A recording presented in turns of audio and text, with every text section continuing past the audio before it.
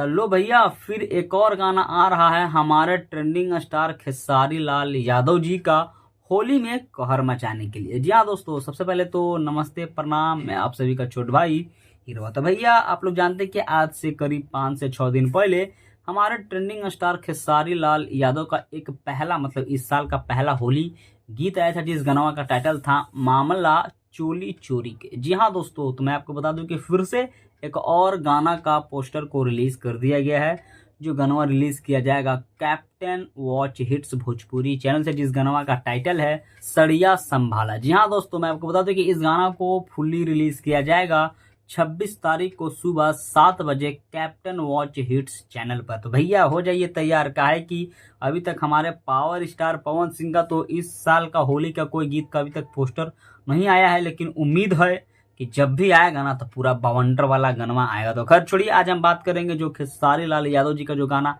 आने वाला है सड़िया संभाला। आपको टाइलेट मतलब ये टाइटल से ही लग रहा होगा कि गनवा भौकाल होने वाला है। जिस तरह से आज से हफ्ता भर पहले आया था मामला चोरी के मामला चोरी के तो मामला चोरी चोरी के जो गाना आया था, उसी टाइप का ये भी गाना आएगा सड़िया संभाला। जो कि इसमें जो एक्ट्रेस जो होगी वो जानते हैं कौन है, जो हमेशा अक्सर इनके गाना में मतलब इसके साथ में नजर आती है, वही एक्ट्रेस आप सबके बीच में आएगा।